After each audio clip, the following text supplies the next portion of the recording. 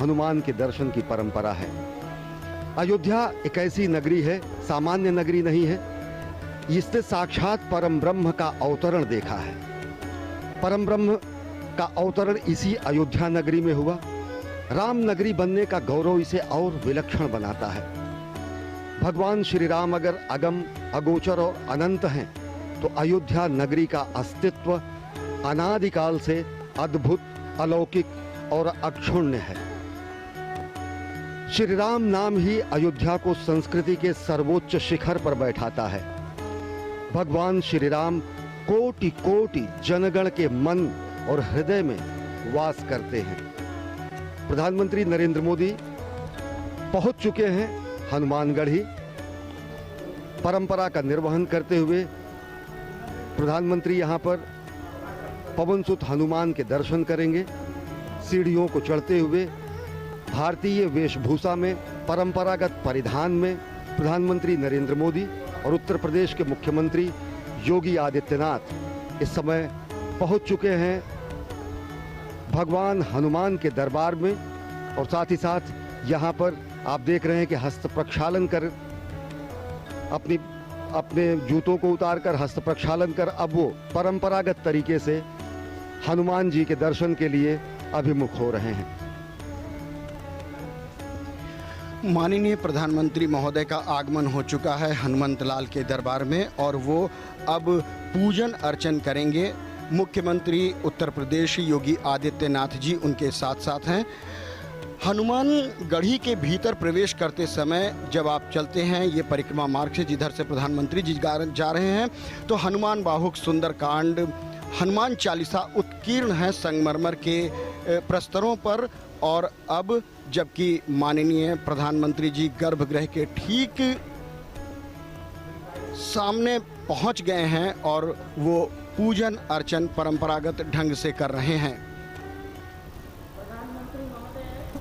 मनोजवम मारुतुल्य वेगम जितेंद्रियम बुद्धिमताम वरिष्ठम वातात्मजम वानरयूथ मुख्यम श्री राम दूतम शरणम प्रपद्ये।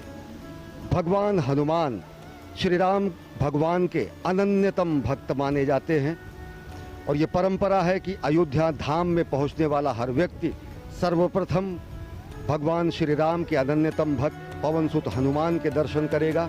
और उसी परंपरा का निर्वहन कर रहे हैं प्रधानमंत्री नरेंद्र मोदी। इस समय हनुमानगढ़ी में मौजूद हैं, पवनसुत की आरती कर रहे हैं। अपने आप में बहुत ही ऐतिहासिक अवसर।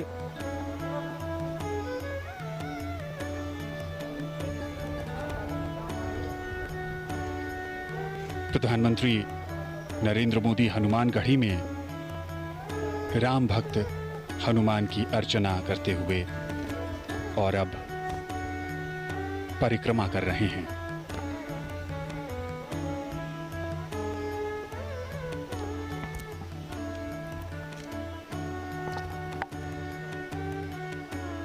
आज एक लंबे इंतजार के बाद वो शुभ मुहूर्त और अब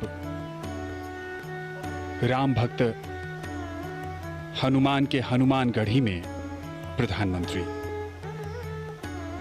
मान्यताओं के अनुसार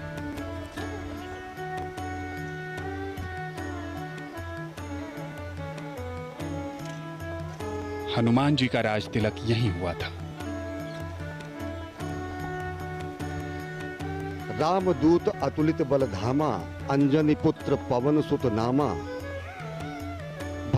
भगवान हनुमान पवनसुत कहे जाते हैं और अंजनी पुत्र कहे जाते हैं। और सबसे बड़ी बात जो भगवान हनुमान को रामदूत की जो संज्ञा मिली हुई है वो उन्हें और विशिष्ट और विलक्षण बनाती है और एक प्रतिबद्धता संपूर्ण विश्व के सामने स्पष्ट रूप से आती है जब खुद भगवान हनुमान ये कहते हैं कि राम काज कीन्हे बिना मोहि कहाँ विश्राम। और आज वही प्रतिबद्धता जो कि कही जाती है कि त्वदीयाय कार्याय बद्धा कटियम, यानी कि मातृभूमि के कार्य के लिए हम प्रतिबद्ध हैं, कटिबद्ध हैं। आज उसी प्रतिबद्धता के परिपूर्ण होने का दिन है और आज प्रधानमंत्री नरेंद्र मोदी के कर कमलों से भूमि पूजन होगा भगवान श्री राम के जन्म स्थल पर दिव्यतम भव्यतम निर्माण मंदिर के निर्माण के लिए। और वो वही प्रतिबद्धता है भगवान हनुमान की प्रतिबद्धता कि राम काज कीन्हे बिना मोहि कहाँ विश्राम। और ये उसी प्रतिबद्धता का प्रस्फुटन है, ये उसी प्रतिबद्धता का उदाहरण है जो कहा जाता है त्वदीयाय कार्याय बद्धा कटियम। माननीय प्रधानमंत्री महोदय को हनुमानगढ़ी की उस परंपरा के अनुसार वो एक भेंट की गई सिर पर एक मुकुट जिसे उन्होंने धारण किया बहुत ही श्रद्धा के साथ। और वो एक प्रतीक होता है कि जो काज वो मन में लेकर आए थे वो पूर्णता को प्राप्त होगा। आशीर्वाद प्रदान होने की एक सनातन परंपरा का निर्वहन किया गया वहाँ के गद्दी नशीन द्वारा।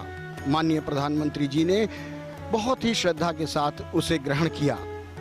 अयोध्या आज पूरी तरह से खुशी से नृत्य कर रही है, वो झूम रही है।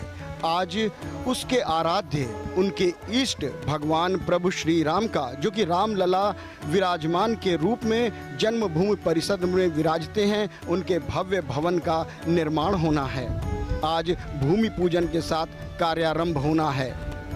उसी कड़ी में माननीय प्रधानमंत्री महोदय ने हनुमानगढ़ी का दर्शन किया और अब वो जन्मभूमि परिसर की तरफ आएंगे। और रहा सवाल अयोध्या का, तो अयोध्या साक्षी बन रही है उस ऐतिहासिक घड़ी के। ये जो इतिहास लिखा जा रहा है उस इतिहास का साक्षात्कार करना अपने आप में एक दिव्यता की अनुभूति है। अयोध्या का जिक्र जब भी किया जाता है उस धार्मिक शहर के साथ श्री राम और सरयू नदी का महत्व भी हमेशा से ही सामने आता है। रामलला, उनके साथ भाई भरत, लक्ष्मण, शत्रुघ्न, साथ में हैं राम भक्त हनुमान, शालिग्राम और प्रधानमंत्री। हनुमानगढ़ी के बाद अब रामलला के दर्शन और पूजन के लिए आएंगे। राम का रामत्व उनकी संघर्षशीलता में है। राम के संघर्ष से साधारण जनता को एक नई शक्ति मिलती है। कभी न हारने वाला मन, विपत्तियां हजार हैं। राम रोते हैं, बिलखते हैं, पर हिम्मत नहीं हारते हैं। सरयू के तट पर पिछले कुछ दिनों से भव्य तैयारी की गई है। दिव्य आरती का आयोजन किया गया। इस पूरे उत्सव को एक मनभावन रूप दिया गया और विहंगम नजारा अपने आराध्य, अपने प्रभु मर्यादा पुरुषोत्तम राम को अनूठे ढंग से समर्पित ये कार्यक्रम और पूरे अयोध्या नगरी को प्रकाश की रोशनी से जगमग किया गया। पिछले 2-3 दिनों से ये अद्भुत नजारा सरयू के तट पर राम की पैड़ी और दीपोत्सव भी मनाया गया। यहाँ पर मान्यताओं के अनुसार रामायण और रामचरितमानस में इस बात का भी जिक्र है कि जब राम 14 वर्ष के बाद वनवास काटकर अयोध्या नगरी लौटे थे तो उस समय अयोध्या वासियों ने दीप जलाकर प्रभु का स्वागत किया था। और अब जब अवसर राम मंदिर के निर्माण शिलान्यास का है, भूमि पूजन का है, तो एक बार फिर प्रभु श्री राम की जन्मस्थली अयोध्या ने उन्हें दीपोत्सव के सहारे याद किया, स्वागत किया और उनसे प्रार्थना भी की कि उनकी कृपा से ही ये भव्य और दिव्य आयोजन अपनी संपूर्णता को प्राप्त कर सकता है।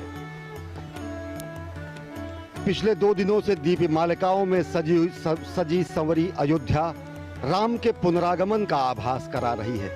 राम का पुनरागमन अयोध्या में इस मायने में हो रहा है कि भगवान श्री राम का अयोध्या में ही वनवास समाप्त हो रहा है। सरयू तट पर असंख्य दीपों से, जगमगाहट से भगवान श्री राम के पुनरागमन का आभास देश और दुनिया ने किया। भगवान श्री राम यहाँ के रोम रोम में विराजते हैं और अब जब वो क्षण आया है जिसका युगों युगों से लोगों को इंतजार था, तो संपूर्ण अयोध्या अपने संपूर्ण यौवन रूप में, अब अयोध्या के वैराग्य में अब सौभाग्य का उदय हुआ है और संपूर्ण सजी संवरी यौवन रूप में अयोध्या इस युगांतकारी क्षण के साक्षात के लिए तैयार है। सरयू की महिमा भी समूचे अयोध्या को और पावन बनाती है। गंगा से भी ज्यादा पवित्र और महात्म सरयू का माना जाता है। भगीरथ ने खुद अपने पुरखों के उद्धार के लिए अगर गंगा को लाया, तो साक्षात यहाँ पर ईश्वर ने सरयू को प्रकट किया था। ये तस्वीरें आप देख रहे हैं सभा मंडप का, जहाँ पर विशिष्ट आमंत्रित गणमान्य महानुभाव यहाँ पर मौजूद हैं। तस्वीरों में आप अनेक लोगों को आप पहचान सकते हैं और साथ ही साथ यह दृश्य है गर्भगृह का, जहाँ पर प्रधानमंत्री नरेंद्र मोदी देश के विद्वत, काशी विद्वत परिषद और लब्ध प्रतिष्ठित कर्मकांड विशेषज्ञों की मौजूदगी में अभिजीत मुहूर्त में भूमि पूजन करेंगे। ये वही आसन है, ये वही क्षण है, ये वही स्थान है, ये वही गर्भगृह है जहां पर प्रधानमंत्री नरेंद्र मोदी भूमि पूजन करेंगे और दिव्यतम भव्यतम मंदिर के निर्माण का कार्यारंभ होगा। काशी और अयोध्या के तमाम कर्मकांडी विद्वतों ने अपना अपना आसन ग्रहण कर लिया है, क्योंकि भगवान राम के कार्य में जो उनकी भागीदारी है वो उन्होंने सुनिश्चित कर ली है। क्योंकि मर्यादा पुरुषोत्तम भगवान राम एक ऐसी अद्भुत मर्यादा है जिनका पालन किया जाता है। राम हमारे समाज के लिए एक आचरण है जिन्हें हम अपने स्वभाव में ढालते हैं। राम एक जीवन शैली है जिसे हम प्रतिदिन जीते हैं और जीने की प्रक्रिया में हम सुख और आनंद पाते हैं।